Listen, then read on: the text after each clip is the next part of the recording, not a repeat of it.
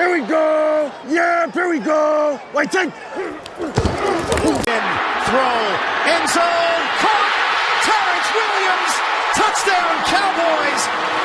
Tony Romo. They go for the shotgun. Roger looks left. Fires it out there. Caught by Tony Hill. Touchdown, Cowboys. 15 to the 10, he'll score. Emmitt Smith dances to the end zone. The Cowboys have taken a 2-score lead. Play fake to throw it out of the end zone. Going way down the field for Michael Irvin, bumping and grinding at the 5. Oh, he's got it. Touchdown, Cowboys. Over the middle, caught by Witten, who loses his helmet but still keeps going. A penalty. All the pressure on the left side. He drops the ball, throws, caught, Witten. Touchdown. Big opening for Tony Dorsett. Look out, he's got great speed. 99 yards and a half. Dorsett down the sideline. Stays in bounds. Can you believe that? And short because they're 99 yards. Prescott able to get out of the end zone and now airs it out for Lamb.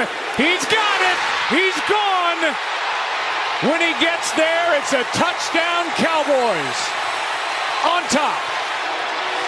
You want to know what an all-pro looks like? Watch Michael Irvin here. He'll battle you all the way down the field. Motion on first down, Aikman. Harper. Was that beautiful? Touchdown, Dallas. Men on the rush. Pass is caught.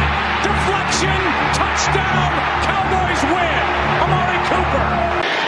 Throws it down the field. It's caught at the 10. And this game is over. The Cowboys win it. C.D. Lamb. But no. But you understand, we do have one game left to play. Hey, fantastic. Every single one of you. I mean, I'm not just talking about these last 60 minutes. I'm talking about the quarterback schools, the mini camp, the off-season, the training camp, down in Austin when it was hot and you were tired, the whole bit. Everybody, you did one hell of a job. And the only thing else I got to say is, how about them Cowboys?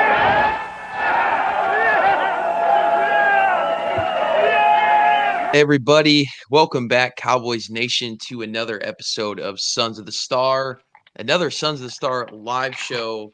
Joining me again, as always, Cowboy Reg. I'm your host, Dallas. Welcome back to another week of Cowboys off season, but we're doing a training camp preview show today, so that's going to be the theme of this episode. We're going to break down the offense today. That's the goal. I think it's going to take up the full hour, if not longer. So I don't foresee doing any defensive training camp preview. That's going to be next week's show. But if we fly through the offense for some reason, that's what we're going to do. But most importantly, what's going on, Cowboy Reg? How we doing? Doing all right. Here, beautiful day on the island, and ready to talk some Cowboys football. How you doing in Mississippi? Rainy. It's good, but yeah, very wet. But we're getting a lot of rain down here in South Mississippi, but which is good because it's breaking up the heat a little bit. So it's been nice. It's been a nice weekend. We actually we're in the 80s right now, which is pretty nice. Yeah. Hot Take City says, "Hello guys, what's up?" Hot Take City. Thanks for joining us in the house today. Bright and early. Hot and Take, jump right in. He's ready. He's right. He's all. He was here right away. Yeah, he's a diehard. Mafia Members Podcast. What's going on, guys? Thanks for joining us today. Go Bills. Hope we got New York. Hope everything in Bills Nation is going well heading into training camp. I'm sure y'all are busy over there at the Mafia Members Podcast. Should be an interesting year for both of our teams. So let's see. But hey, like we said, training camp with Dallas Cowboys is starting in about 4 days here in Oxnard, California, or about 3 days. So Thursday, July 25th will be the first day of training camp for the Dallas Cowboys, and we are here to break down the offensive side of the ball. We got a lot of guys heading into training camp looking to make the team. They're trying to make that 53-man roster. So I've done a lot of research and looked into a lot of players that I'm sure will never touch the field, but hey, we're going to give them all their due diligence and let you guys know, let Cowboys Nation know who is actually trying out for the team, who's got a shot at actually making this 53-man roster. That's what we're here to do today. Hope y'all are on board. If you have questions and comments throughout the show, absolutely throw them in there. Mafia Members Podcast says we are enjoying a quiet offseason since Diggs left. Yeah. I mean, that's not a bad thing, man. Like we say on this podcast all the time, and we're about to experience the same thing. We've had a quiet offseason, but with the CeeDee Lamb holdout, actually we really haven't. We've had a quiet offseason when it comes to transactions, but media-wise, we have not had that quiet of an offseason. So, yeah, look, man, he's a great talent, but who knows? You guys might be better off without Diggs because the amount of attention that he brings. We had that with positive Dez. And negative. We had that with Dez, right? We had that drama with Dez, and hey, I think he went over to Buffalo, took care of that. But we struggled a little bit until they got Amari Cooper in, and then the team was actually better and less drama. I love you, Dez. Don't get me wrong, still a big fan, but it was just too much as he got past his prime about calling for that ball and blaming everybody else. And sometimes you're better off. So Bills Mafia and Bills Nation over there, keep your head up. You might be drama free this year, and the team might do better, or it might fall apart without him. But we'll see. Yeah, we'll see. Yeah, Mafia members, let's do a crossover sometime. But yeah, it'd be interesting times in Buffalo for sure. Hot Take City says, "How's my boy Rico looking? He doing good? Yeah, I think he is. Everyone's reporting that he's healthy and ready to compete for that starting job. So, all good news out of the Rico Dowell camp as of now. I mean, we're going to break it down. We're going to break down the running back room today. But any negative news you heard, Cowboy Reg? None about Rico. No, Rico. I've been talking Rico up. I probably should back off a little bit because everybody listening to me is starting to draft him in their fantasy leagues, but which I highly recommend. Maybe not first round, but I highly recommend you get on Rico. I highly recommend because he's going to get catches. He's going to get carries. He does it all. He's Rico Dowdle, and we got a two-headed monster with him and Zeke, possibly a three-headed monster by the time training camp's over. We got running back by committee, but I think Rico is RB1. I don't care how they list him. He's going to get more carries, going to get more touches. He's going to get more receptions.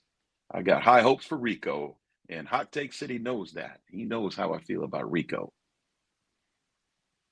Yeah, Hot Take City says top 5 running back this year. He posted it on his YouTube on his hot takes. In the NFL, damn, that is that's a steaming hot take right there. Sizzling. That's a sizzling take. Keep away from that take. It's so hot. That's why they call him Hot Take City. Mafia Members Podcast says I'm free whenever you are. So let's make note of that in the show notes today. Let's get a hold of Mafia Members. I want to do a crossover show with our Bills partners because, as I always say, they are the Dallas Cowboys of the AFC. Yeah, Would I love to see you guys in the Super Bowl this year? Yeah, that would be fun. That's what I'm talking about right there. The Cowboys of the AFC, we're the Bills of the NFC. However you want to put it, everyone's counting us out because of the offseason. But when you look at those rosters, which we're about to hear, there's a lot of talent on those rosters. So, hey, you never know. You might see at the end of the year we match up. But I'm not calling that. I'm not predicting that. But everybody's counting us out on both ends. And born in upstate New York, I am. That's my AFC team.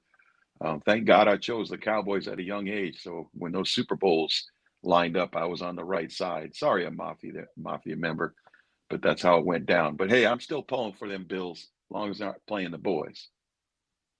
Yeah, and they don't play them this year. So yeah, they took care of us last year. Mafia member said we just don't want to see y'all in the Super Bowl again. Yeah, I mean, you get us in the regular season from recent memory. You've been taking care of business. Yeah. I remember it was the day I proposed to my now wife was Thanksgiving back in 2019, and no, that was.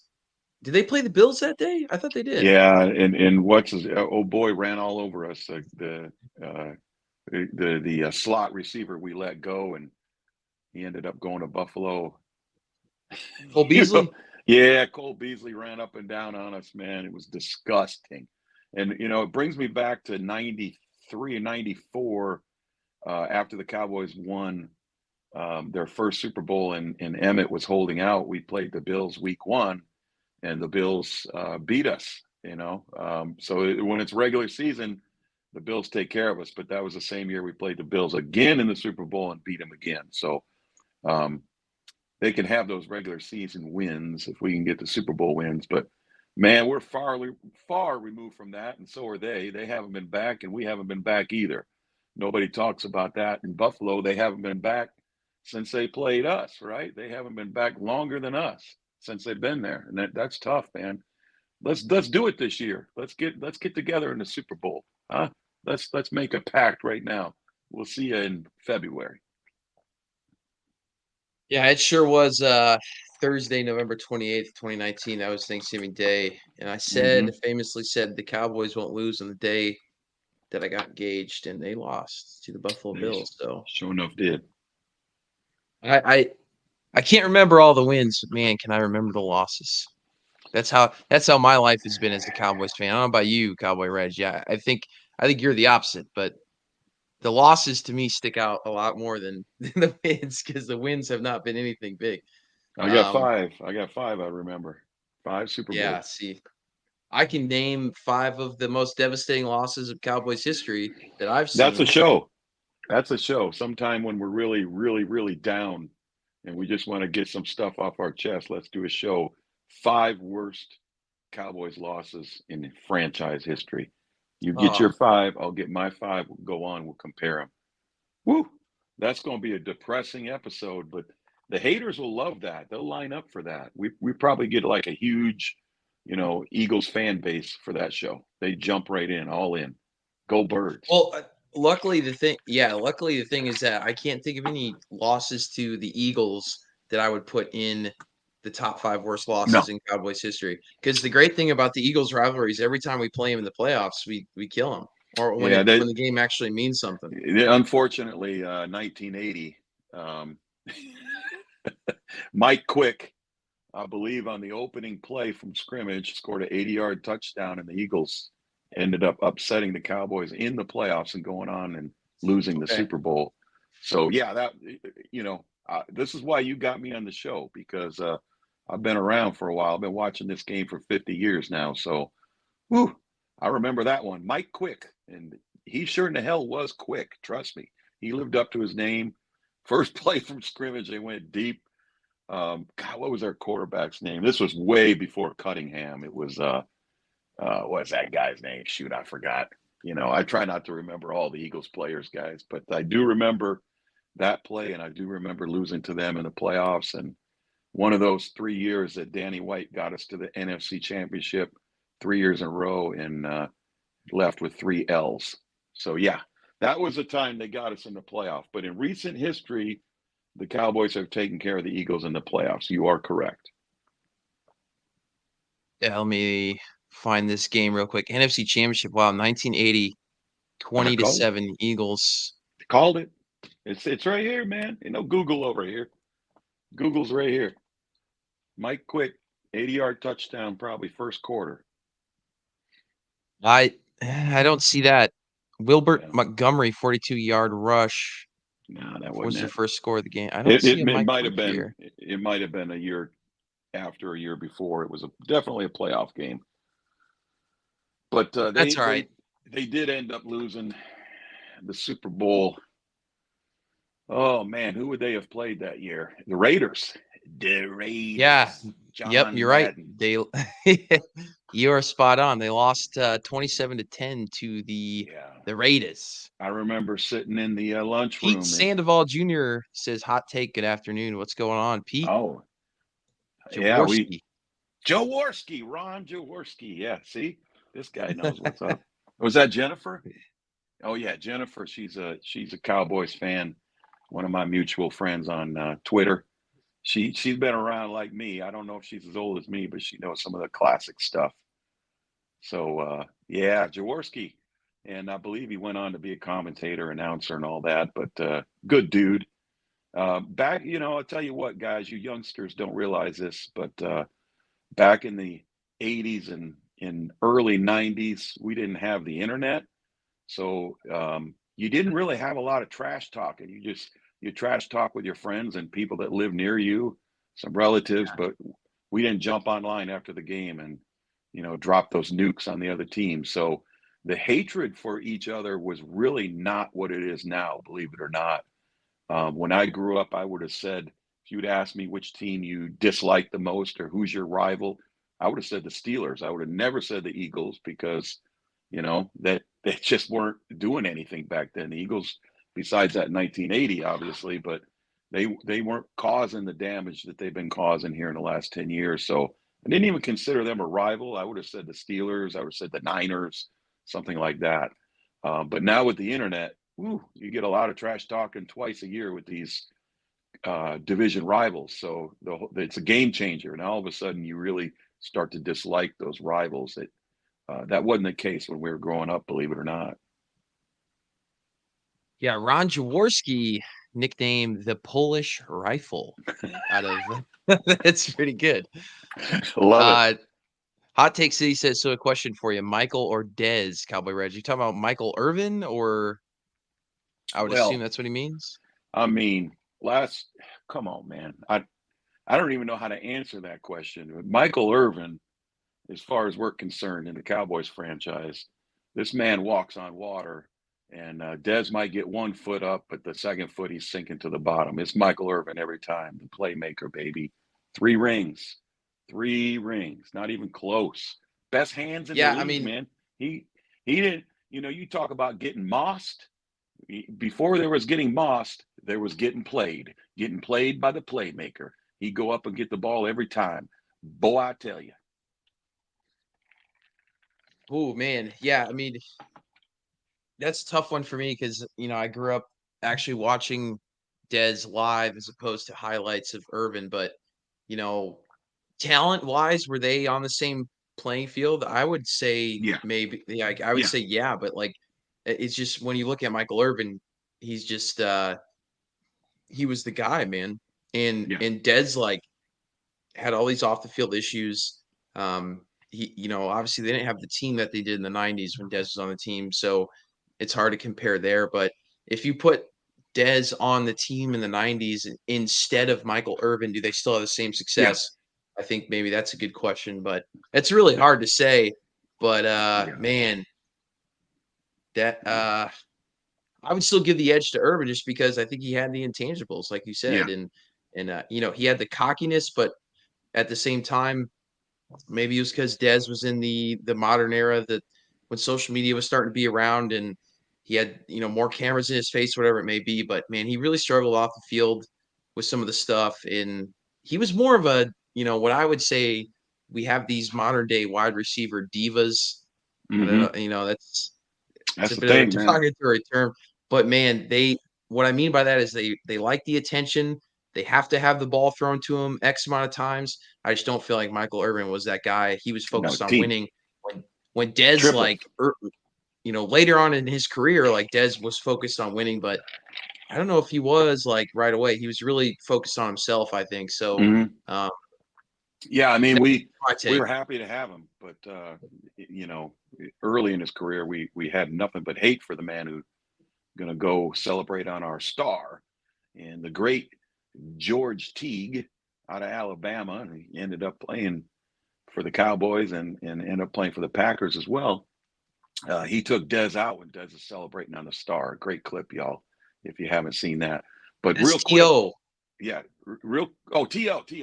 T.O. My bad. No, but very similar. I mean, that's the kind of guy that Dez was. T.O. and he Dez are cut from the same because cloth. he came out, he came up after T.O. and he assumed that role. Yeah, so I just got them mashed up. But real quick, and then easily you want to move on, but this pertains to Hot Take's question. Hot Take, I believe in Dallas might Google this to check on me again, even though I got it last time. I want to say Thanksgiving 94, maybe. Packers, Cowboys. The great Troy Aikman is out. Jason Garrett is starting and the Cowboys are trying to make that playoff push.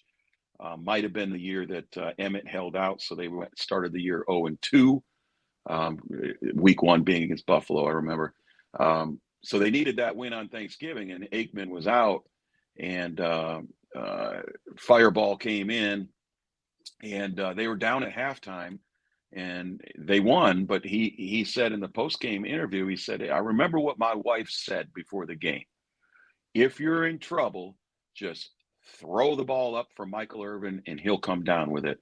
Big second half, couple big touchdowns by Irvin. Cowboys win that game. So to answer the question, the hot take proposed, I'm taking Michael Irvin every time. Just throw the ball up to him, and he'll come down with it. Simple as that. And the rest is history. Won the Super Bowl that year. Yeah, 42-31 win over the Packers that day. Irvin was 3 for 64 with 1 touchdown. That's a huge average. Alan Harper had 91 yards. Emmitt Smith had 95 yards receiving. Jason Garrett finished 15 for 26, 311 yards, 2 touchdowns, 1 pick. That a boy Clapper. Yeah, he probably had about. He was dishing it. Well, in the second half he was. The first half he tried to play quarterback, and he wasn't very good at that. In the second half he started tossing the ball up. Irvin and Harper. Harper must have had couple big grabs too, but again, guys, it's going off memory, so some of these. No, you nailed it. You nailed it. Some of these stats may not be accurate. But I do remember that game, and that was a great win. And as we've talked about before on the show, my wife's family are Packers fans, and of course it's Thanksgiving, so they're all in the room, and the Packers are winning, and this is terrible, and what's going to happen? And Aikman's out. Yeah, that turkey tasted pretty good that afternoon. By the time it was over, it was the best turkey I've ever had. That's awesome. All right, well, a lot of time spent down memory lane today. I love it. I love reminiscing with you guys. Thanks for throwing those questions in there. And that's what makes Cowboy Reg happy, and that's why we have him on this show, is because he's got a full encyclopedia of Cowboys memories up there, and it really is impressive, Cowboy Reg, I must say. Some of the ability to recall some of that stuff is pretty amazing, especially at your age. So just kidding. All right. So, hey, we are 4 days away from Cowboys training camp. We are 3 weeks away. 3 weeks from today, we will have the Cowboys' first preseason game, which is pretty exciting. So we are knocking on the door here, but Thursday, Oxnard, California, training camp starts. We're here to break it all down. What I want to do is go through each position group. We're going to talk about some of the guys that are going to come in as the projected starters. Then we're going to talk about some of the guys behind them and see if they're, what battles do we like the most? So let's start at the quarterback position. We're coming into training camp with 3 quarterbacks. We have Dak Prescott, we have Trey Lance, and we have Cooper Rush. So obviously we know not much is changing when it comes to our starting quarterback other than his contract situation. That's kind of the biggest story out of there. But I would say the biggest battle heading into training camp for the quarterback position is going to be Trey Lance and Cooper Rush, and who takes that backup role. So that's what we're going to be watching for when it comes to training camp. We're going to be watching Cooper Rush and Trey Lance battle it out. And I think a lot of us are going and assuming that Trey Lance is going to beat him out in that spot, but he still has to show up and do it. And can he do it, Cowboy Reg? Do you believe he will? Or, is he just going to get more snaps than Cooper, and Cooper's going to retain the backup role? After training camp, if Dak Prescott goes down, who do you think is going to be that quarterback number 2?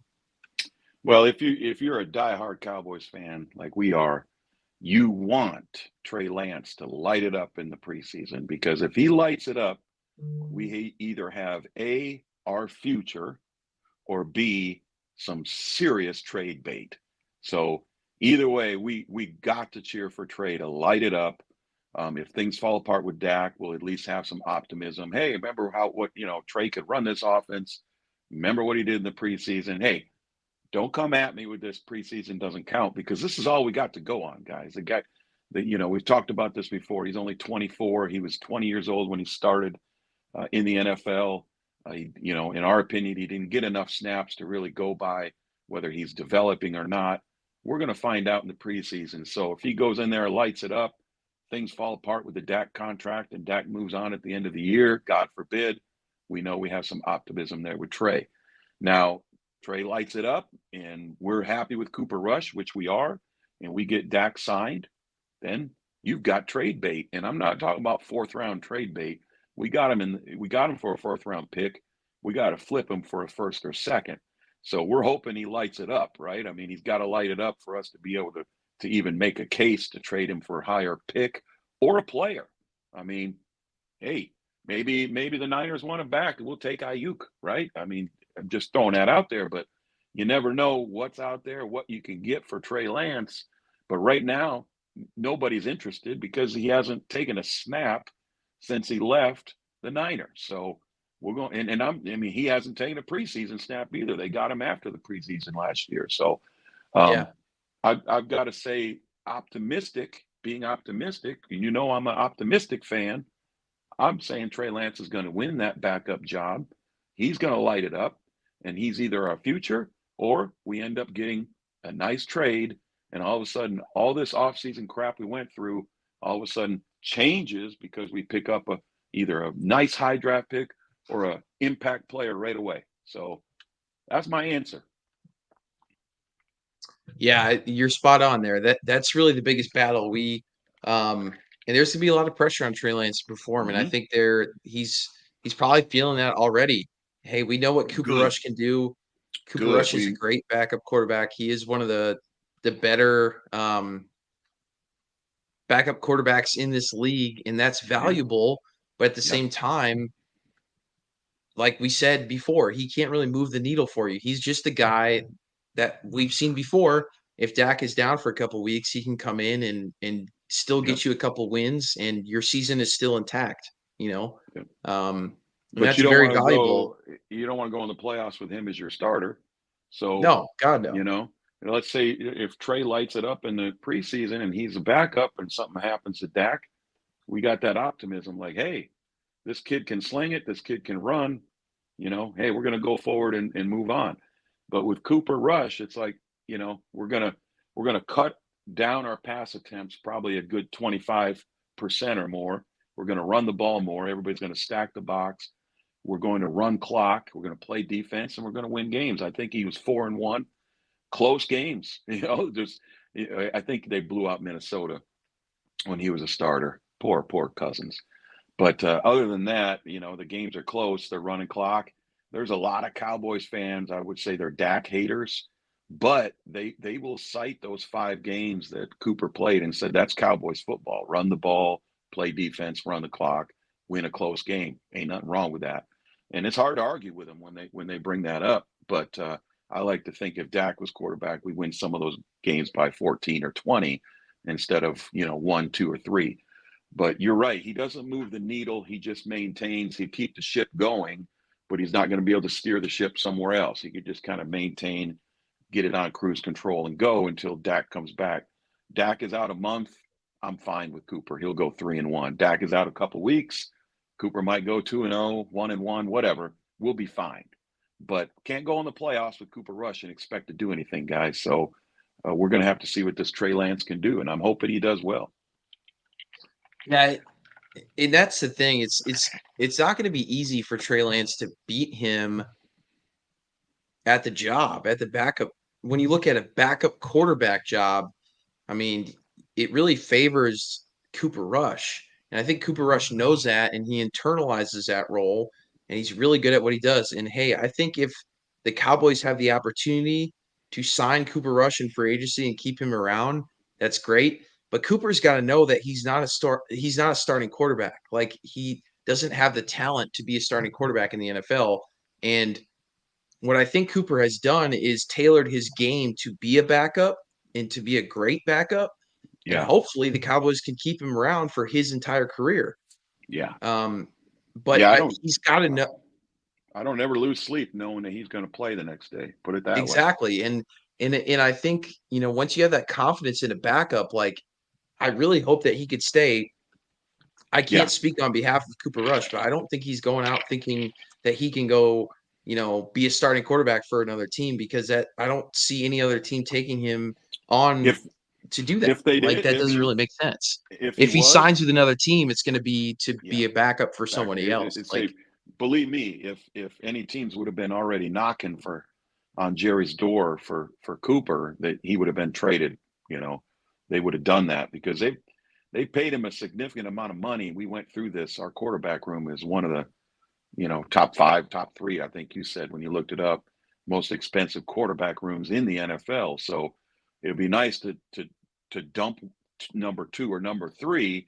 I shouldn't use the word dump, trade or advance our roster by trading or unloading 2 or 3 to another team and picking up somebody from them in a different position or a draft pick. So that's what training camp is going to tell us, what's going on at 2 and 3. We already know Dak's 1. He's not going to take a snap in training camp. He won't take a snap, so he can't lose a job. So that's not even on the table. The only thing on the table is who's 2 and who's 3. And who knows? Is number 3 going to be there? Is there a point in keeping 3 high-paid quarterbacks, 2 of them being backups? I'm not sure. I don't know what we do there, if we keep all 3 or we try to unload one, or you just keep one on the practice squad maybe and not activate them. I don't know. Going to be interesting. And like I said last week, first preseason in a long time that I'm actually looking forward to watching this preseason. Now I wish there was more games so we could sort this quarterback issue out. But 100%. But yeah, you're right. It really doesn't make sense to keep all 3 guys. I mean, through the season or even post preseason, you might as well look to trade a guy and get a positional player for it, or get a draft pick, because you can always find, if you're down to your 3rd string quarterback, your season's done already. So if that scenario approaches, you might as well just sign a guy that's out there to come in and play for you. There's plenty of guys out there that'll hop on your practice squad midway through the year. God forbid Dak go down, you can go sign a guy that's waiting around and activate him to your practice squad, and you could bring him up if you need to. But to keep 3 guys on your active roster, one of these guys is going to be, a practice squad guy, essentially the 3rd stringer, and he's only going to be activated if the first 2 guys go down. So it doesn't really make sense. But that's the battle we're looking at right now, and it's not really about Cooper Rush. I mean, Cooper Rush is going to come do what he does. It's all about Trey Lance. It's all about what can Trey Lance do. And that's what we're going to be looking at in training camp. And that's going to be probably the biggest thing in this entire training camp is everyone's going to be looking at, how does Trey Lance perform? There's a ton of pressure on him. He's an unproven guy, but he's very young. He's got talent. It should be really interesting. Really interesting. And we'll keep you guys updated on that. But that's the quarterback room in a nutshell. Yeah. It's really all about Trey Lance. Absolutely. So moving along here, let's take a look at the running back room. So coming into training camp, we have Ezekiel Elliott, we have Rico Dowdle, we have Deuce Vaughn, Royce Freeman, who they signed in the offseason. We have Malik Davis coming back, a draft pick back in 2022. Played on the team last year, played some special team snaps, not a ton. Played in the preseason. If you remember Hard Knocks from a couple years ago, that's the guy. We have Nathaniel Piet from Missouri, a 2024 undrafted rookie, free agent rookie. And then we have Snoop Connor as a signed free agent coming in from Jacksonville, went to college at Ole Miss. Go Rebs. Go Rebs. So that's what the running back looks like. We got 1, 2, 3, 4, 5, 6, 7 guys coming in to training camp. Really, I would say Rico and Zeke are the top 2 guys, I would assume. Yep. Who gets a starting job from there? I'm not sure. We have different opinions on that. Cowboy Reg thinks Rico Dowdle gets a starting job. No. I tend to think I don't. I believe I thought you said that earlier. I believe he gets the most carries. He's your RB1.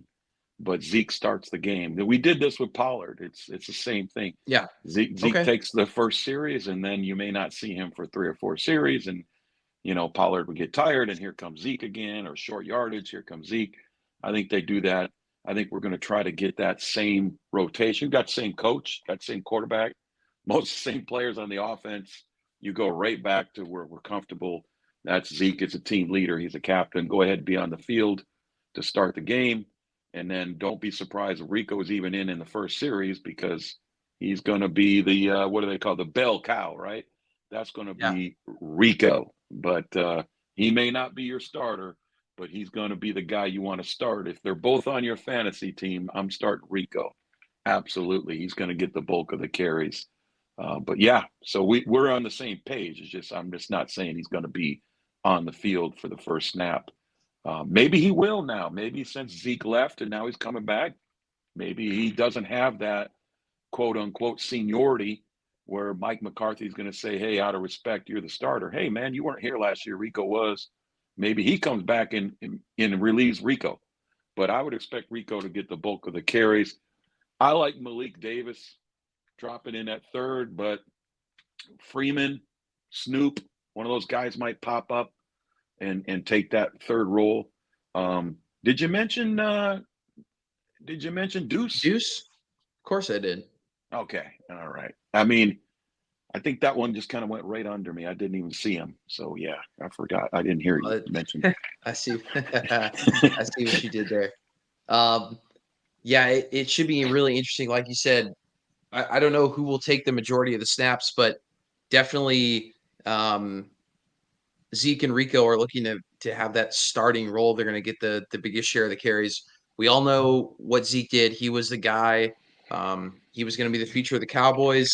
Started to take a bit of a downturn. Tony Pollard took over. He went to New England last year. Didn't have great success there. It was a bad team. And he's back. And you look at Rico as a guy. He had 89 carries last year for 361, 2 touchdowns from the rushing game. And the other thing I will mention is he was decent in the passing game last year. 17 receptions for 144 and 2 touchdowns. He's going on his 4th year here in Dallas. So I really think he's the guy that they've developed in-house, and they want him to be the guy. And that's the reason why they moved on from Tony Pollard, is they think Rico can do it. But yeah, I don't think if it wasn't for Dak, I don't think Zeke would be back either. And if it wasn't for the fact that they're already paying him, he probably wouldn't be back. But I think what they're banking on is he's going to be comfortable back in Dallas. He likes playing with Dak. You look at both of their records when they start a game together, they're outstanding. So that's the big reason why I think he's back, not necessarily based off of his last couple years of production. We got a question here from Mafia Members Podcast. Any chance they add a new running back? I think it's their biggest need, but it might be too late to add anyone now. Yeah, I don't know exactly who's left out there right now. It does seem late, but again, I do think there are some guys potentially available to sign. Nobody out there better than Rico. There's not a single back available better than Rico.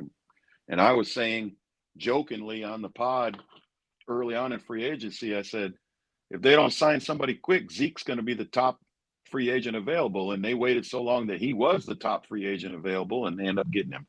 So unless there's a trade, Mafia members, I'll give you that.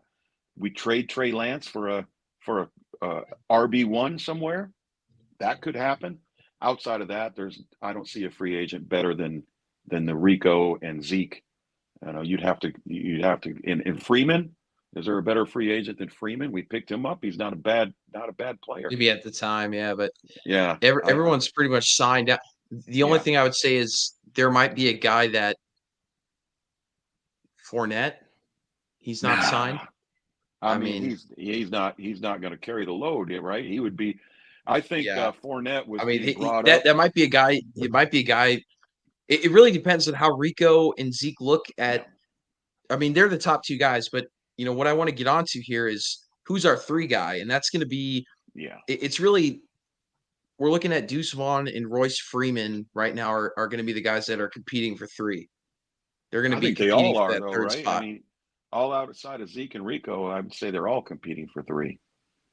They're all competing for 3, but those are the guys in the front running position. I mean, you got Nathaniel Piet from Mizzou. Like I said, when you got a guy that's not drafted, I mean, do training camp and balls out, but you got Malik Davis there too, who's got some experience. So he's really the guy that could be competing as well. And then Snoop Connor, like he was drafted back in 2022, but he hasn't really played at all. So he's another practice squad guy. But Royce Freeman is really your guy. Yeah. And I would say this. I would say Deuce Vaughn is who they want, who they planned on being that running back number 3. He's also a guy that has played some special team snaps. He might be a returner this year. Yeah, he returned some punts. Last year, I believe he returned some punts, yeah. But look, man, Deuce Vaughn did not turn out last year. He did not have a good year, and he had 23 carries for 40 yards, and his biggest stat last year was 1.7 yards per rush. 1.7 per rush. That's really bad. And they tried, man. They tried to put him out there, and in the backfield last year, when it comes to just being a straight up running back, he did not perform well. Everyone talks about his speed and his ability to get in the open field and get big yards, but like that's not what he was able to do last year. And 23 carries is, when you look at a running back 3, like that's a decent amount. Like they really tried to get him some snaps last year. It just did not work out.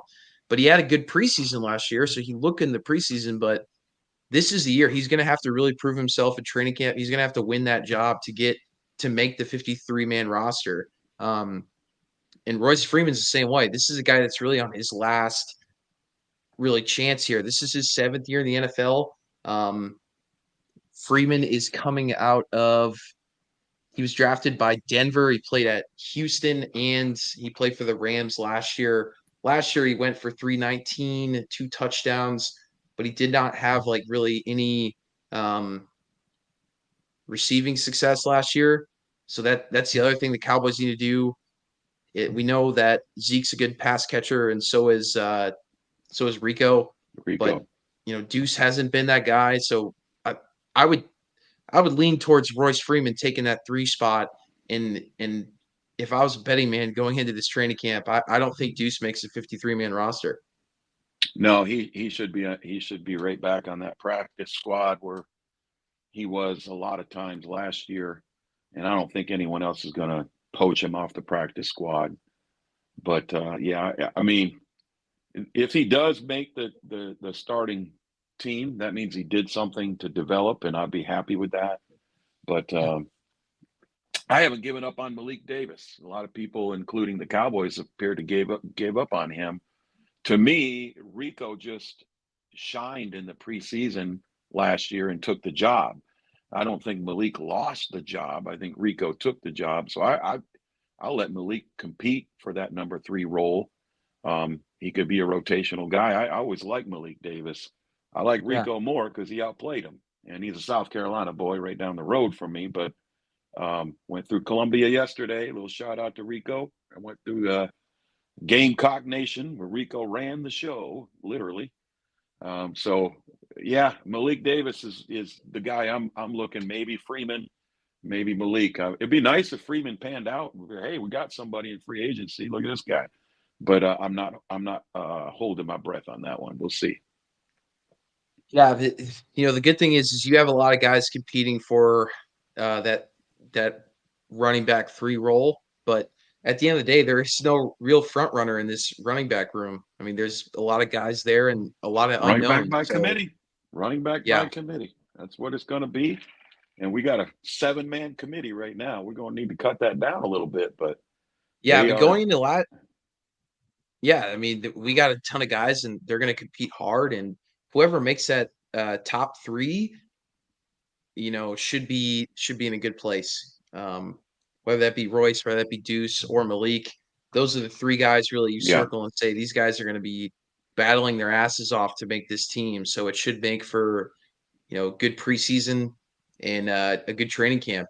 And there's nothing wrong with that. I mean, you want guys competing for these jobs because it's just going to bring out the best in them. So, I mean, Malik was a guy back in 2022 that had 38 touches for 161 yards and a touchdown. So, I mean, those are decent numbers coming in from, a running back 3 behind Pollard and Zeke. So he was supposed to be the guy until Rico, like you said. So that's what I'm saying. It's not necessarily a negative on Malik. Malik may not have digressed. It was more like Rico came out of nowhere, which I already knew. Being down here in South Carolina, I knew that he was good. He just needed opportunity, and when he finally got it, he shined a little bit. So that's not a crack on Malik. So Malik, maybe he comes back and redeems himself this year and gets some carries and gets into that number 3 role. I'm kind of leaning towards Malik, as you can tell, and I think you kind of lean towards Freeman a little bit. It sounds like, and I'm good with either one, but I'm leaning towards Malik a little bit. Well, here's the thing that makes this tricky, Cowboy Reg, is I'm looking at this running back room, and I want to take 3 guys. I say, because again, we have 53 guys on the roster, and we're about to get in the wide receiver room, which makes this whole thing really messy, and the amount of guys that are coming in to be on this offensive line. But when it comes to making a 53-man roster, most of the time you have 3 running backs, and you look at Zeke and Rico as the 2 guys that are going to make the team, and then you got Deuce, Royce Freeman, and Malik Davis to get at that 3 spot. But then you look and say, okay, maybe there's 4 guys, but we're forgetting about one guy that played in almost every position last year, and that's Hunter Luepke. Our fullback, Luepke. And everyone forgets about the fullback position, and this is a guy that is going to take a roster spot.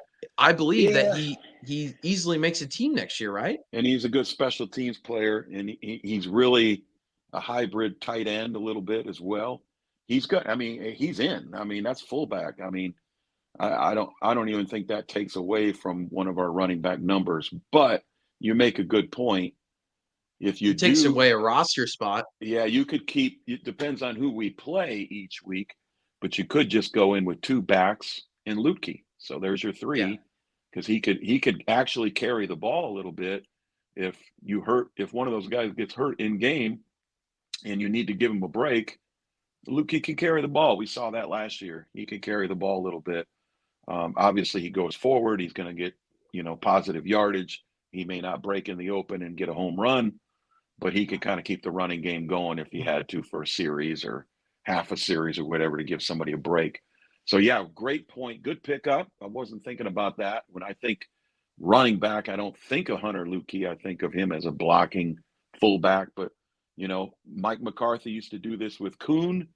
He kind of turned him into a hybrid tight end in a way, because he would run out, block on the outside, block on the inside, and sometimes he'd roll off that block and catch a pass like a tight end would. So expect McCarthy maybe to, and I think that's why they drafted him. I think that's a McCarthy thing. So expect him to use him. I would expect him to be he's on the field, right? I mean, I don't see him not playing, because he's a good special teams player, and Zeke's not going to play special teams. Rico did not play. I mean, he has before, but if he's going to be your RB1, he can't be playing special teams. So Hunter's got to be on the field, right? So that's going to hurt Malik Davis and Freeman and Deuce. All those guys get hurt because Luepke has got to be on the field, I would assume. You're not, I mean, you can carry Deuce as a special team, but all he can do is return. He's not blocking, right? I mean, the dude's what do we need? 5'4", 5'5"? He ain't blocking anybody. He's a little fella. 5'5". So yeah, you're 100% right, and that's the thing about Luepke. I mean, you look at him, and again, a lot of teams don't carry a fullback, but you look at his numbers, and his stats aren't going to jump off the books. But what jumps off to me is the amount of snaps that he took last year: 142 snaps in the backfield, 3 snaps at the slot, and 5 snaps at the wide receiver position, 111 snaps kick coverage, 82 snaps kick return, 47 snaps punt coverage, and 47 snaps punt return. So he is a utility guy. He's all over the field. He played so many snaps last year, and I don't think that changes this year. So no, he's in. It takes up a roster spot. Yeah. And I think that really restricts you. He's not. Yeah. He's not. This is what McCarthy does. He did it in Green Bay. We don't consider him a running back, but consider that he can play running back if we need him to. So, but you're right. It's a roster spot. So where do you take that from? Is that a tight end? One less tight end we use that game so he can go kind of fill that role, or is it one less running back we use that game so he can fill that role? Somebody's going to lose a number whenever he's on the field. Somebody's going to be off the field and not in pads because he's on the field. But as you just listed, all them snaps, special teams, offense, and all those different roles, he's going to be on the field, right? I mean, he's one of he's a player, he does it all. So he's going to be on the field as much as Rico and Zeke are. We're confident they're going to be there. We're confident Lukey's going to be there. And the other guys are battling for a spot that may not even exist some weeks. They might earn the spot and still not be active. Yeah, it's going to be tough. The running back room is going to be very interesting to see. But yeah, I mean, you're spot on, Cowboy Reg. Like, where do you take that spot from? And you said it earlier, but maybe that's what it is. It might depend on who we're playing and what the game plan is. But yeah, I mean, if you only activate 2 running backs for your game, like, you have to assume that Hunter Lukey is going to take a lot of carries, because you roll out in a game with only 2 running backs, one guy goes down, like, you're not going to have one running back for the entire game. Like, you're going to need someone else. So I would assume 3. I would assume they roll out most games, if not every game, with 3 running backs, so that running back 3 position is going to be really interesting to see. But yeah, running back room, very interesting, must-watch TV. Who's gonna make the team? That's gonna be tough. And let's move on. We got a lot more to talk about. So we got some questions here from Hot Take City. Who will be wide receiver number 2? Jennifer Bullard says Cooks. So let's talk about the wide receiver room coming into training camp. She just answered the question. Take that. Who asked that? Hot Take or Bills Mafia? Hot Take asks who will be wide receiver 2. Well, Hot Take, Jennifer's got your answer right there. Told you she knows ball. She knows ball, 100%. But yeah, let's talk about the wide receiver room. So we have 12 guys coming into training camp. I'm going to read them all off. Sound good? Yeah, let's go. CeeDee Lamb, Brandon Cooks, Jalen Tolbert, Jalen Brooks, Kavontae Turpin, Corey Crooms, Cam Johnson, David Durden, Jalen Cropper, Tyron Johnson, Racey McMath, and Ryan Flournoy. Those are our 12 wide receivers coming into training camp. CeeDee Lamb obviously is a big question mark here. Not so much question mark who's going to be wide receiver 1. That's CeeDee Lamb. But what happens when his holdout this week? Does he get signed before training camp? I guess we will see. It's time is ticking there, Jerry. But yeah, who takes the wide receiver 2 role? It should be Brandon Cooks. I mean, I can't see anyone overtaking him as a wide receiver 2. He's a veteran presence. Hot Take City says he's not old. I mean, he's older, but he's a guy that he's still one of the fastest players in the league in his role. 30. Yeah, he's not a jump ball guy. So, when I look at those jump ball guys, they seem to get old quick because they're relying on that. That's not Cooks' game.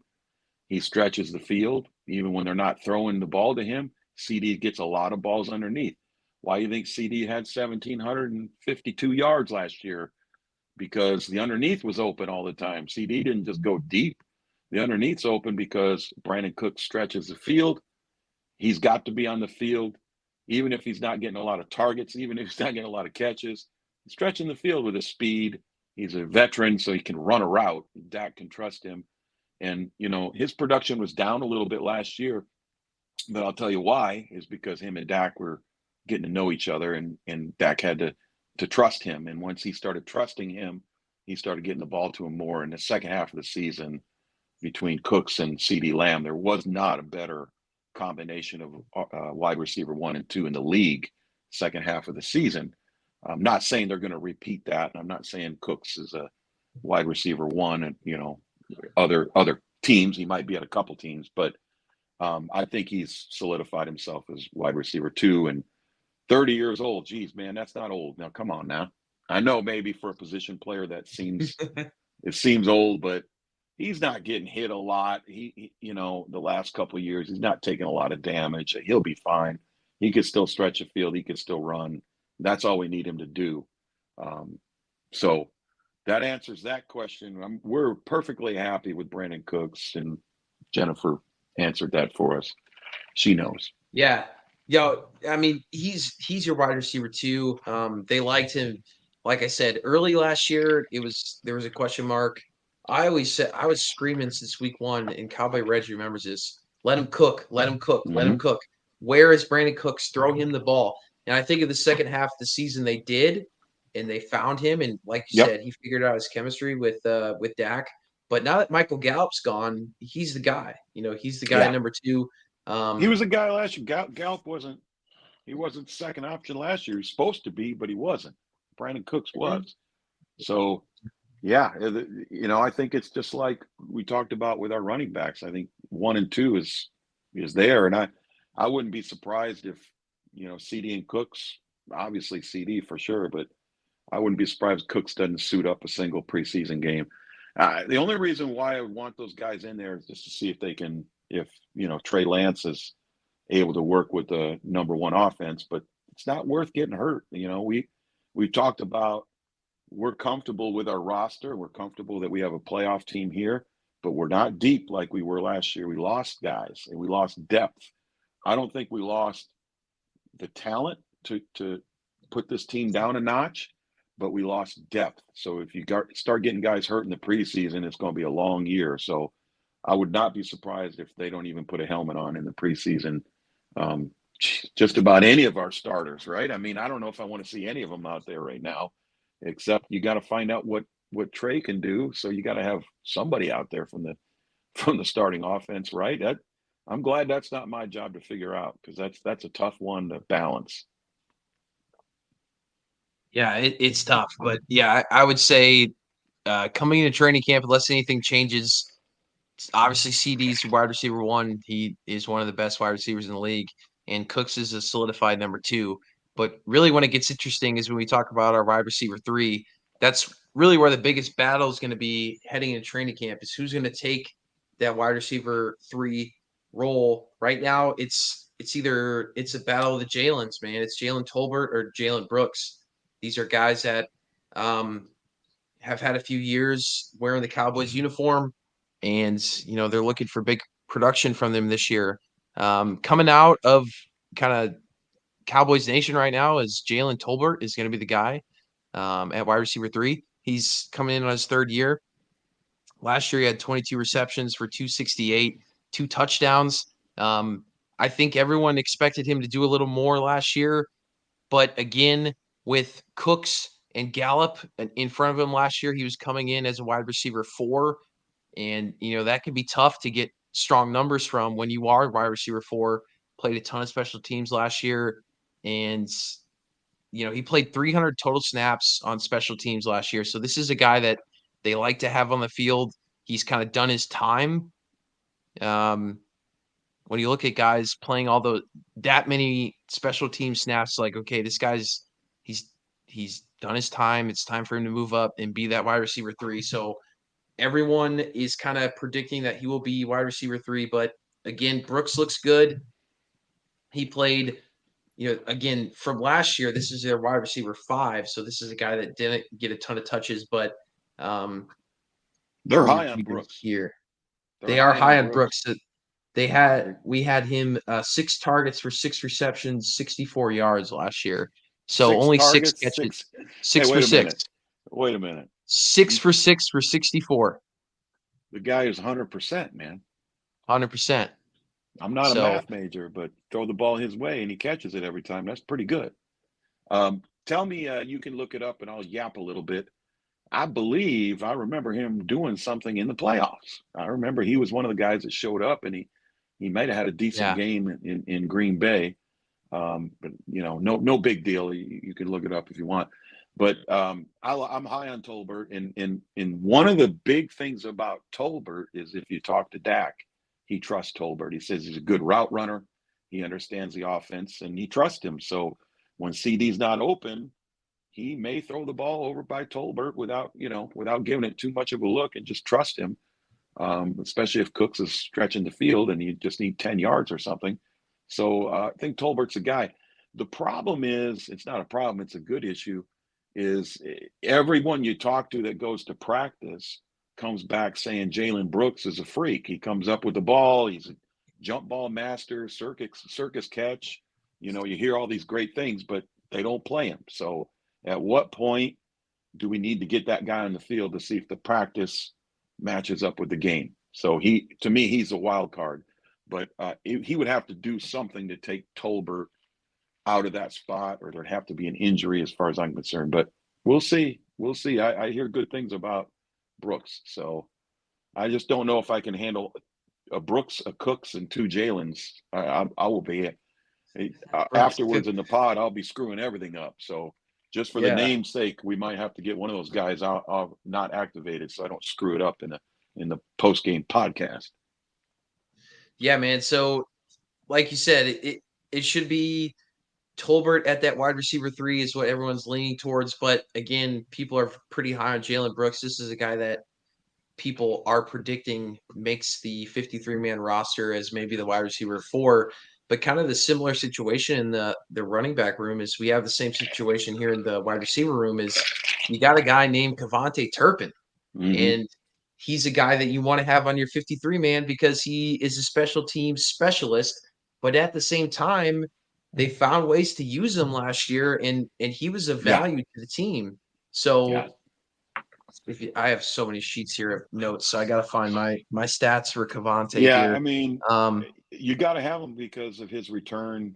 He can play the slot. He could play receiver. He got carries. I remember getting sweeps and things like that. Yeah. Geez, man, you got to have him in there. But I almost kind of like what we said about Luebke. I almost don't count him as a receiver. I count him as our returner, a kick returner, a punt returner, and a guy that could just play special teams and come in now and then to give somebody a break. But as you pointed out last time, that's still a roster spot. You still got to make a roster spot. But I don't see him as our wide receiver 3. I don't see him as our wide receiver 4. I see him as a specialist, a return specialist. So you make a spot for him. Whoever has to come out, they have to come out. It doesn't necessarily have to be anybody from the wide receiver room. Yeah, so KaVontae last year, 12 receptions for 3 touchdowns. He was the main punt returner and kick returner. He also went 11 carries for 110 yards and 1 touchdown. So, yeah, exactly. Whenever he got a ball out of the backfield, he took it for 10 yards. So he's averaging a first down whenever he we got to get the ball out of the outfield. Right? It's pretty damn good. You can run some trick plays or whatever you got to do. You got to get the ball in his hands more. And I think McCarthy believes in him, but due to situations or whatever, they just weren't using him as much as we thought they would. And then, the kickoff deal last year, nobody's getting any kick returns. Everybody's kicking through the end zone. Well, that's going to change this year. So I think you got to have Turpin's got to be out there, right? I mean, he's a weapon. And the Cowboys have been able to dig guys out of the UFL, USFL, XFL, whatever you want to call it, whatever the kids are calling it this week. We're picking guys out of there, Brandon Aubrey and KaVontae Turpin, and they just signed another guy out of there. I don't know if that's can't catch that one off the top of my head, but seems to be. There you go. Defensive guy. But yeah, go ahead. Yeah, so they brought him in for a reason, is what I'm saying. He's gonna be active every week. Turpin's gonna be active. That's automatic. The question is, do you count him as one of your receivers on that list? I do. Because he's active, does that mean Brooks is never going to see the field if Tolbert's ahead of him? Is that what we're saying, or can we have 4 plus him? I don't know. I don't think so. I'm looking at 4 plus Turpin. So I'm looking at 4 wide receivers and I like Turpin. that. If we got that, we're good. But that kind of thins up, and that's assuming that 2 quarterbacks are active. You get that little asterisk when it comes to the third quarterback, only activated if the first two go down. Yeah. They can still come out, but they're not actually counting against your 53-man. So that's what I assume they'll do at the quarterback position.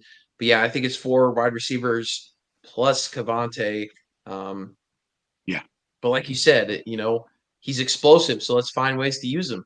But yeah, Jalen Tolbert, Jalen Brooks is right now should be wide receiver 3 and 4. But there's some other guys down there, man. I've seen clips of Flournoy, and he's a freak, man. He's doing all kinds of crazy stuff in college. What happens if him and Trey Lance make a connection in the preseason and they start lighting it up? I don't know. Yeah, you drafted him for what? You drafted him to cut him, or did you draft him to develop him?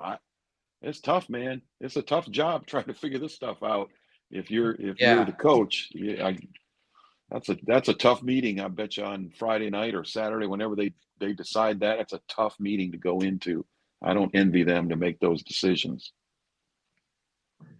So I got CeeDee Lamb number 1, Brandon Cooks number 2, Tolbert and Brooks competing for that 3rd spot. And then for the 4 spot, whoever loses out on that 3 spot has to compete with, there's a, rookie Corey Crooms out of Minnesota, and he played at Western Michigan. Really no big numbers for him. I mean, it's just like he's an undrafted rookie. So he's got to just completely ball out.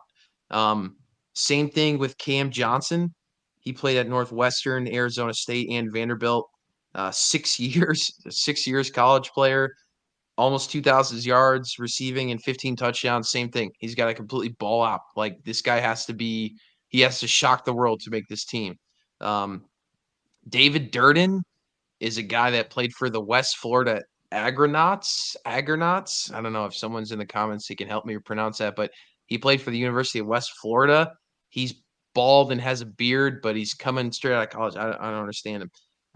He looks like he's 50 years old. So I'm not high on him making the team. I have to say. I'm 50 and I'm not bald. You see, I'm plenty of hair up there. No, I don't know, but I've heard this guy in Cowboys groups or whatever saying he's legit. I don't know. He seems like a slot guy. He's a bald white dude with a beard. So people are like, oh, he's the next Cole Beasley or something like that. Wes Welker or something, yeah. Yeah, I don't know, man. I'm coming out of West Florida. I can't even look this guy up on PFF because they don't cover West Florida. I understand why. It's because University of West Florida, they're D2, D3. You know what the coach said in Waterboy? Cut his ass. That's what he said. If we can't find any stats on you, then that's it. Yeah. So again, he's the other guy that's going to have to just show us what he's worth in training camp. Then you got Jalen Cropper coming out of Fresno State. They picked him up in 2023. So this is a guy that's been with the team for a year on the practice squad. Again, same thing. Tyron Johnson. He's a guy with some NFL experience. He played for the Chargers. He played for Jacksonville. Played for Las Vegas and Houston. Really hasn't had anything noteworthy since 2020. He had 20 receptions with the Chargers back in 2020. But again, this is just a guy clinging on to the NFL. This is one of his last chances to really make a team. And then you have Racey McMath, which is an awesome name for a wide receiver. Love the name. Racey. Love the name. He's out of LSU, drafted back in 2021. He played 2 years at the Titans, but he's only had 4 receptions. So, I mean, I guess he was actually able to make a 53-man roster, but he's got 4 receptions in the NFL. Did he have only 4 targets? If he only had 4 targets, that's pretty good. Man, let's see. I'm just joking because last time you did that to me, the guy was 6 for 6. Wait a minute now. That's Jalen Brooks last year, but off the top of my head, I don't know how many targets Racey has had, but he's a training camp practice squad. But then you have Flournoy, like you said. This is a guy that the Cowboys drafted in the 7th round, coming out of Southeast Missouri. He's a freak, according to his combine numbers. He's a freak. Yep. He's got 121 receptions, 1841 for 14 touchdowns out of his college career, playing at a very small school. So we'll see, man. But that's the wide receiver room in a nutshell. I mean, you got Lamb, you got Cooks and Tolbert and Brooks. Nice rhyme I there. didn't mean it to. Yeah. Competing for those top 4 spots, and you got a bunch of guys that are looking to make a name out of themselves. So it should be fun. Should be really fun to see. You good to move on to tight ends? I know Let's we're running, go. Fergie. running a little long today, but yeah, this is going to be a long show. Jake Ferguson is our wide receiver, or not wide receiver 1. I mean, he might be the wide receiver 1. He might have more yards than anyone else. Hey, CD probably will have the most, but if CD's still holding out, then Fergie might be our wide receiver 1. Dak might be giving him the ball a lot. Yeah, Jake Ferguson, man, he is our tight end 1. Nothing's changing there. He's a dog. This dude he's the real deal. And he's getting a lot of respect outside of Cowboys Nation. I've been seeing all these mock fantasy drafts, and people are jumping on Fergie. So I would too. Smart move. But then you have you got Luke Schoonmaker and you have Peyton Hendershot, who, Schoonmaker was supposed to be the guy. It didn't really turn out to be. He was hurt. He was hurt last year. We find out. And he freaking hurt again in the offseason. So I don't know what's going on there, but he was hurt the entire training camp last year. And, he played hurt. We're finding out now. So I don't like to hear. But he may be a lot better than what we saw last year if he's healthy. So that's the good news. Let's not close the book on him. If he played hurt and he didn't get to develop because he was hurt in training camp, and I think he had another surgery here in the offseason, but he's supposed to be good to go by training camp. You might know if he's listed as a good to go for training camp or not. But jury's still out on questionable. Big Luke. Questionable. And so is Peyton. What's going on over there, man? Come on. I know. So is Hendershot, man. So Hendershot. I mean, I'm done with him. He dropped the pass last year in the end zone. He dropped the pass. Man, both of these guys, I would say, are trending in a negative direction as of now. So they're gonna have to pick their game up. But they drafted Luke. They drafted Luke high. They drafted him high, man. These guys, they don't like to be wrong. They're not going to get rid of a guy they drafted high. So I don't know why. I don't know why they did. I questioned it at the time. I thought Fergie, solidified himself as one of the best tight ends in the league, and they could have waited a lot longer in the draft to pick up a tight end 2. But they went after Schoonmaker early, and he was injured and didn't do anything. And now you're telling me he's questionable, and not good, man. I'm not happy about that one. Yeah, so I would say both Hendershot and Schoonmaker are a bit of a question mark at this point. That who's going to be that backup tight end, because that matters, man. Like, oh yeah, you're going to have a lot of formations with 2 tight ends on the field, and you can't just roll out one tight end. You always have to have a strong backup tight end. You got to have 2 good tight ends to really be a good offense, I would say. Well, I think Schoonmaker's a good blocker, and I think he filled a nice role last year. He's a big body, and especially short yardage situations. So if he's healthy, I give him the nod because of his ability to help with the run game, pass protect, and short yard. I mean, he's tall, right? He's like 6'6", 6'7", something like that. He's a big guy. 250. 6'5", 250. Okay, well, 6'6" with the afro. So he's probably going to get 2. That's my prediction. He's probably going to be our tight end 2 because of his draft pick, how high he was picked, and what they've invested in him, and his ability to play the run game. I'll put him at 2. Is that you in agreement on that? Scooney at 2, yeah. That's what I got. That's what I got in the notes. I mean, I think he comes back healthy, should have a decent year. Hendershot seems to really be trending downwards. I don't. A couple years ago or last year, he seemed okay. It was not 2023, but 2022. Yeah. He seemed okay, and he seemed like he could be wide receiver. Or I keep saying wide receiver, tight end 2, but I don't think he's there. He's the guy that I look at and say this guy might actually lose his spot as tight end 3. I think Schoonmaker should be okay as tight end 2. So here's what we look like beyond those 3. Those are the 3 that are supposed to come in and be our 3 tight ends. But we have some other guys. We got Brevin Spann-Ford coming in as a rookie, undrafted rookie. Alec Holler, undrafted rookie as well. Princeton Font, who's been with the team for a year. Practice squad guy, really nothing crazy there. And John Stevens Jr. also coming in as a practice squad guy that's been with the team. So I would say here, the only guy that I liked, McEwen guy. We have that guy that used to rotate in a little bit. Did they let him go? He get picked up by another team? I don't think it was McEwen, but it sounded something like that. He's gone. So gone. That's all we got. Oof, that's tough, man. And maybe him, if Hendershot can get back to where he was, and I don't know what happened last year. Like I said, I just recall him dropping a big pass in the end zone in a big game. It might have been the Miami or the Buffalo game, one of those games down the stretch. And I said, man, he is really fell apart from the expectations I had of him. But, he can move on from that. We mentioned it early, you could probably get away with 2 because you got Hunter Luepke that can kind of fill that role as well.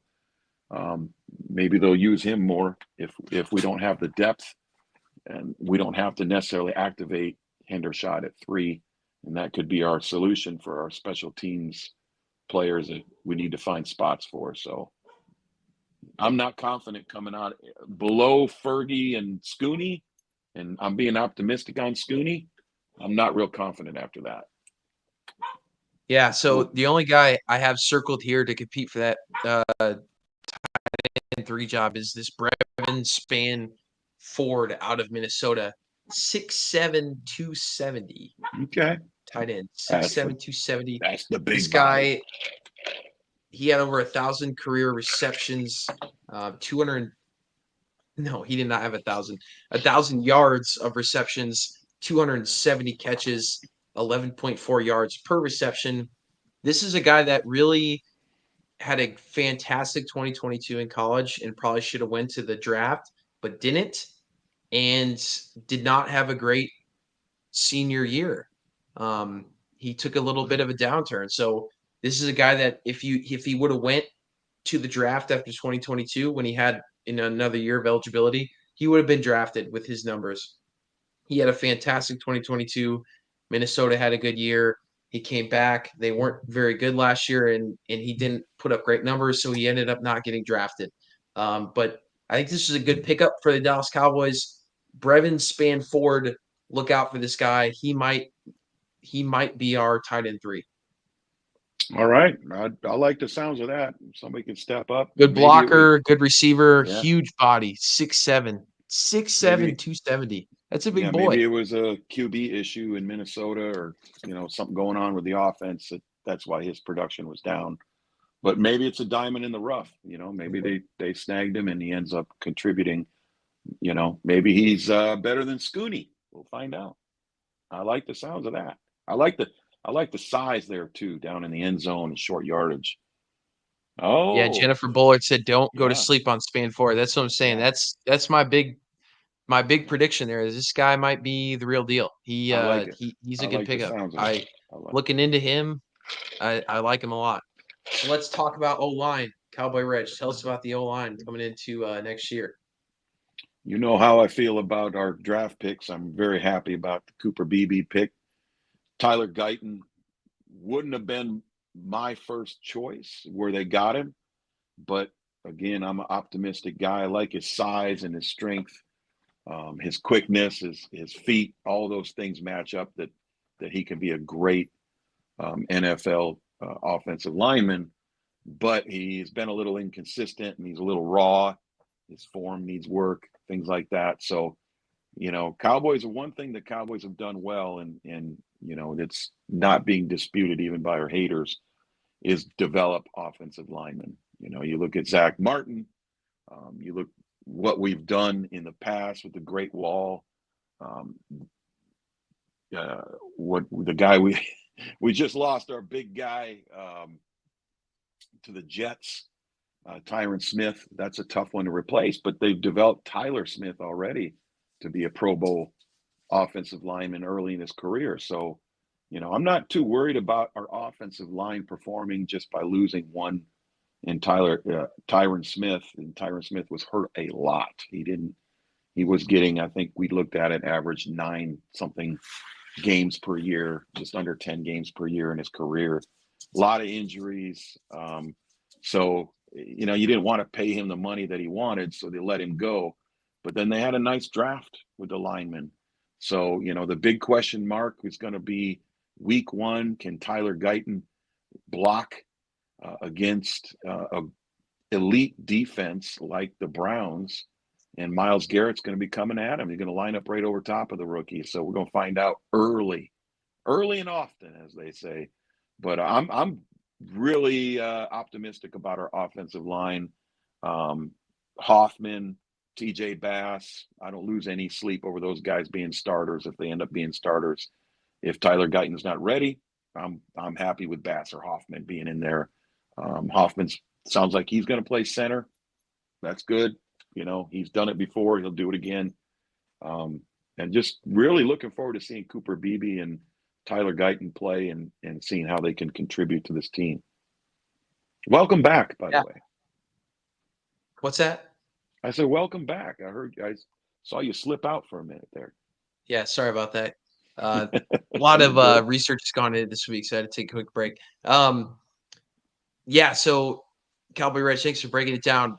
I look at left tackle first. I know you mentioned Tyler Guyton, and that's the biggest question mark going into left tackle. Will Chuma Aduga start at left tackle? This is a guy that played left tackle and left guard last year. He had 420 snaps. He allowed 3 sacks, 5 hurries, and 16 pressures, and also took 3 penalties. But this is his 6th year in the NFL. He played with the Jets predominantly before the Cowboys. He was a good run blocker. He's supposed to be a good run blocker, but was not a good run blocker last year. But previously, if you look at his record previous to last year, he was a pretty good run blocker, but didn't prove that last season. This is a guy, like I said, he's in his 6th year of the NFL. I mean, I think you get what you get with him. He's okay. I just think he's very average. But at least he has some experience. Whereas we got this guy, Tyler Guyton, who was our 1st-round pick out of Oklahoma. And he played right tackle his entire college career. And a lot of people have him slated as the week 1 starter at left tackle. I would say pause on that. That's very to be determined at this point because he only played 2 years of college football, really, at Oklahoma. He was at TCU previously to Oklahoma, but only played a couple snaps at TCU before that. So I wouldn't really even consider it as playing time. He had 2 strong years of playing time at Oklahoma, and that happened at right tackle. There's a lot of upside with Tyler Guyton. Obviously, that's why the Cowboys took him with their number 1 overall pick. Extremely talented player, extremely athletic, should be a great left tackle in the NFL someday, but 2024 might not be that year that he's a great left tackle. I have some serious question marks there, but it's really between those 2 guys. I mean, you have some other guys that could potentially step up at left tackle if they move around, like Asim Richards, Earl Bostic Jr., and don't forget about Nathan Thomas, who is their 7th-round pick out of Louisiana, who played a solid 4 years at University of Louisiana, as a left tackle. Obviously a small school, so he's being overlooked, but the Cowboys still took him. And maybe that's a guy they're looking towards to say, hey, if Guyton doesn't work out in year 1, maybe this is a guy that we could potentially, have some upside with. I don't know. I think there's a reason why they took him. And this is a guy that's played a lot of football in college, and he looks okay. So I don't know, but left tackle is going to be a big question mark going into week 1. Not a good position to have a question mark in it. No. But, like we've talked about already with other positions, competition is good. And, these guys know they're going to have to compete for the job. They're going to work harder in training camp, and we're going to watch them closer, and we're going to figure this out. I believe they have a great offensive line, but it depends on the position they put the guys in. Left tackle is definitely a question mark, unfortunately. But optimistic. It's scary. You got to say they took him number 1 overall for a reason. And did they take him number 1 overall to develop him? Is this a rebuild year? I don't think so. Right? This is all in year, Jerry said. So, hey, they must think he can go and he's going to be able to handle his business week 1. We're going to find out. Another guy that obviously we're going to see these rookies in the preseason. So if he's giving up sacks in the preseason, getting burnt, in the preseason, and he's not going to go up against Myles Garrett. Then you put a Chuba in there. And don't even ask me to pronounce that name again. I'll leave that one up to you. But Chuma Edoga. Chuma Edoga. He's a guy you can, at least what you got, right? He's probably going to give up a sack to Myles Garrett in the game, hopefully not 2. But Tyler Guyton, if he gets outplayed by Myles Garrett, all of a sudden Myles Garrett have 3 or 4 sacks. That means you lose a game badly. So preseason going to tell us a lot of these positions. Again, that's why I'm excited for the first time in a long time to actually watch preseason games, because this year's got a lot of question marks, and hopefully those answers come in the preseason. Yeah, man, that's the biggest battle we're looking at right there at the left tackle position is hopefully both of them show up. Hopefully Chuma improves and he looks good. But like you said, he is what he is. Looking at left guard, we have Tyler Smith, he's not moving from that role. Yeah, so and that's what there's a lot of guys that you were out. I talked about him, and he's Pro Bowl guy that And what I mentioned when you were gone is the Cowboys' ability to develop linemen needs to be talked about more. They need to get some credit. They have developed offensive linemen consistently for the last 30 years. So there's another great example right there. I mean, we didn't even, you wouldn't even have mentioned his name 2 or 3 years ago, and now he's a Pro Bowl guy, right? I mean, he's one of the best in the league. Yeah, he's been great, and he's gonna, you wouldn't have thought this a few years ago, but he is our continuity. He's our guy that's gonna be that. I guess you can call him a veteran at this point, but he's going to provide some experience at that position. And he's been solid, and we're going to need it, and hopefully Chuma has actually more NFL years under his belt than Tyler Smith does. But really, I mean, Tyler Smith is going to be that leader on the left side, and he's going to be, really that guy that's playing next to Tyler Guyton. And I think that's what the Cowboys are banking on, is that a lot of things that they're saying about Tyler Guyton is the same things they said about Tyler Smith. So hopefully he can be, a mentor to Guyton and help him out and help develop him. And I think that's what the Cowboys are banking on. So, he's going to be that guy on the left side that really solidifies that offensive line. So God bless him. I mean, I don't think there's much left to say on Tyler Smith, but we need him. We need him bad. We need him to have a good year. I'm confident he will. He's a player. Yeah, he will. The center position is a bit of a question mark. I know you were talking about it while I was on a little break there, but Brock Hoffman is the supposed number 1 center right now. He had 156 snaps last year. The same kind of thing here. He didn't have some kind of breakout year. He did his job. He did okay. But then you have Cooper Beebe as kind of the center backup for the season. But like I'll say, he's a great talent. We're very high on Cooper Beebe on this podcast. We think he's a great player, great offensive lineman, but he never played center in college, and he played for 5 years at Kansas State. He played at left tackle, left guard, and right tackle. So the only position he never played in college, never took a snap at, was center. So, but when he was drafted, they told him to start working at being a center. So I don't know. Hopefully he's doing that, and hopefully he is going to put some pressure on Brock Hoffman, and hopefully Brock Hoffman also brings his game. And I hope this is a heated battle at center. This is the one position that you look at and say, all right, we need a guy to step up and solidify that role. The number 3 guy right now is Dakota Shepley.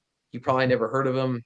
He's been around the Cowboys organization for the past couple of years. I know you've heard of him, Cowboy Regiment, our listeners out there. And I mean, I've heard of his name, but just like not really.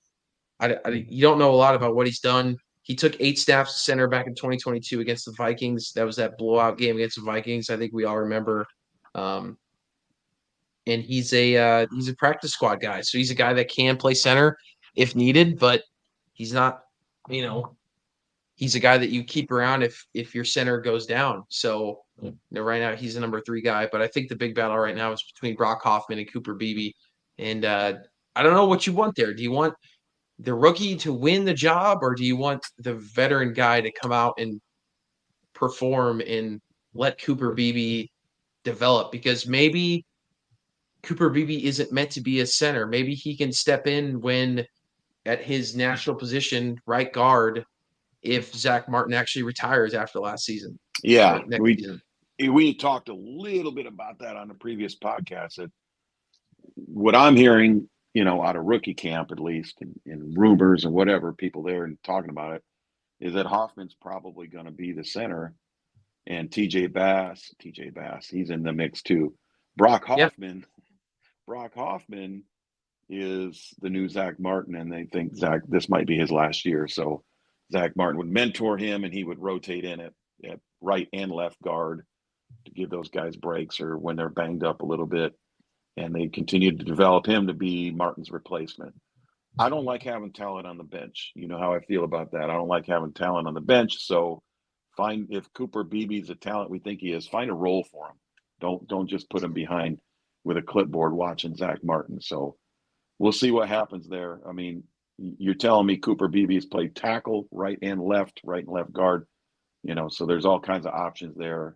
If our boy Guyton is banged up or he's not developed yet, maybe Cooper Beebe is more sound right away, and Tyler Guyton ends up being the elite talent later on as he develops. So I think we have we're young, but we have some talent. And TJ Bass is another one. I mistakenly mentioned him, but I'm going to give him his props. I don't sleep.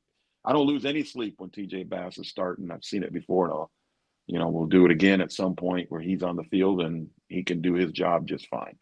So throw him in the mix. Yeah, I mean, little depth there. Quick shout out to TJ Bass. I have in my notes here 344 snaps last year at left guard and right guard. He allowed only 1 sack, 5 hurry ups, and 6 pressures and 1 penalty. So that's not bad. I mean, it's not bad. It's not bad, Yeah. So I mean, that's the thing. I think you nailed it. Like, they have a lot of young talent on the offensive line. It's just like, who is going to solidify all these roles? And that's what we don't know right now. But, at least we have a lot of guys that can play different positions. But yeah, what do you do with Cooper Beebe? I don't know. I mean, is it best to just let him develop and find what position he really does best at? Because you look at this guy's career at Kansas State, and he played everywhere. And early in his career, he's playing one place, and later in his career, he's playing another. Yeah. Which is a good thing, but at the end of the day, like, if he really excels at center, then this guy's just a freak. Then that just shows that he can play any position on the offensive line, and he's a star. I mean, if he could go out and win that number 1 job at center this year, like, Cooper Beebe is a dog, because, like I said, he never played center 1 snap in college. So if he can go beat Brock Hoffman as the number 1 center, like, this guy is a generational talent. So I guess root for that. I don't know. We'll see. I mean, seriously though, but it's very interesting. Obviously, you look at right guard, that's Zach Martin's position. He's not moving. The only question mark there is this his last season as a Dallas Cowboy? Let's hope not, but it might be. Josh Ball will be his projected backup there.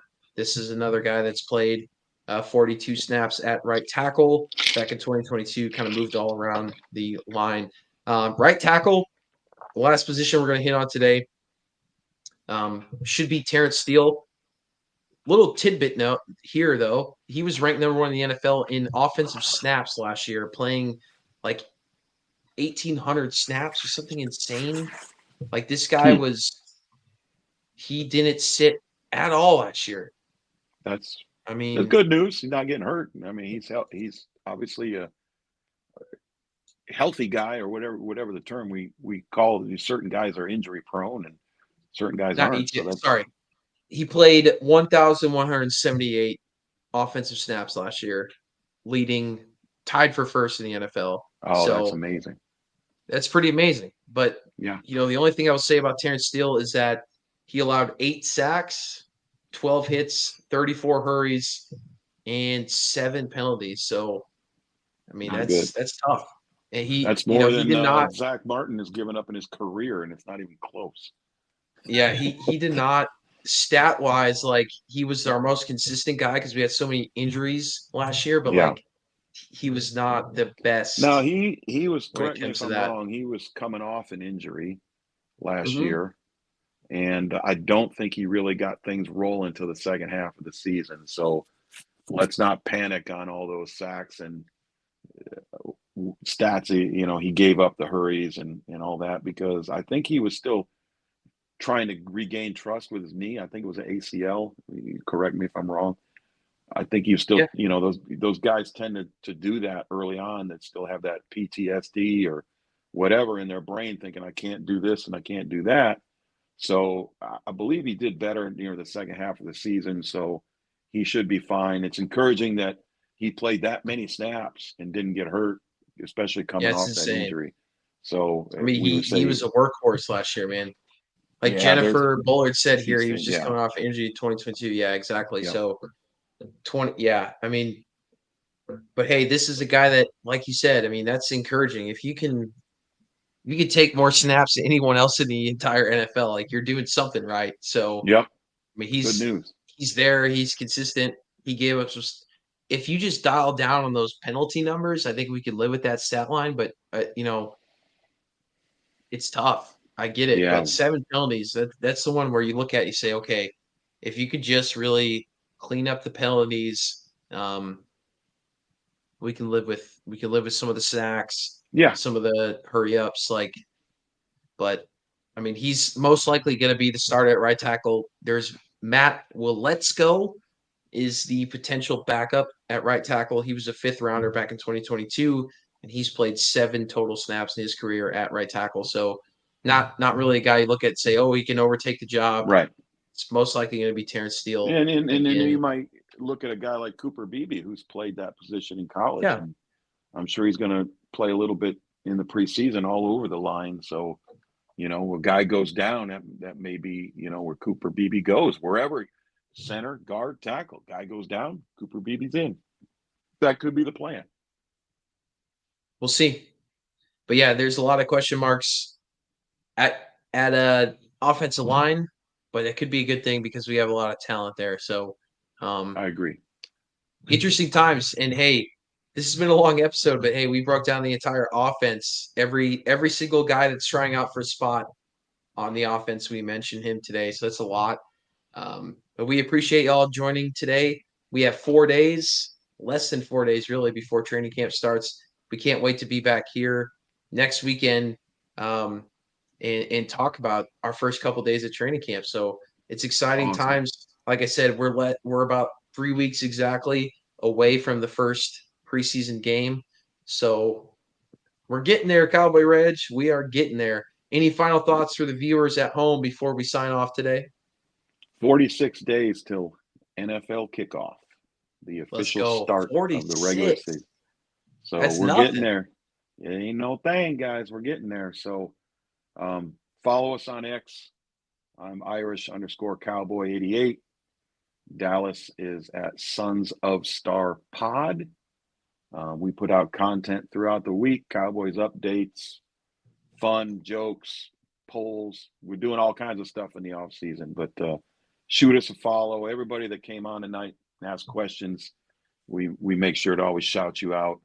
But folks, if you're watching and you don't follow those the users that jumped up with questions are all great content creators and sports minds that I've dealt with on X. So give them a follow as well. We appreciate them participating. And yeah, man, can't wait to talk some real Cowboys football next week, because we'll have some clips and we'll have some things to talk about.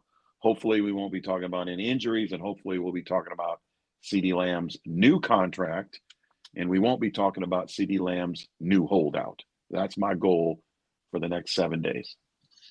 Yeah, like I said, we're going to try to break down the defensive side of the ball next week, as well as some of the initial news coming out of training camp. So big episode next week. It was a big episode today. We had a ton of viewers today, so we appreciate every single one of you. Thank you so much for being a part of this podcast. We cannot wait till the regular season. It's been a grind, Cowboy. I mean, we're grinding through these episodes. We are trying to find content, but what I'm looking forward to most, content finds us. These next few weeks, man, like we're gonna get right into the regular season, and we're not gonna have to do any research. I'm not gonna have to Google Cowboys news anymore. It's just gonna come to me. So I'm excited. We'll actually get to talk about the game of football, not so much the drama. So exciting times. I'm sure everyone is. I mean, you could just feel in the air, like not just Cowboys, but football season is starting so soon. So it's exciting. Thank you all so much for joining us today. I'm your host, Dallas. This is Cowboy Reg. We'll see you next time. Sons of the Star. Have a good night. Go Cowboys. Go Cowboys.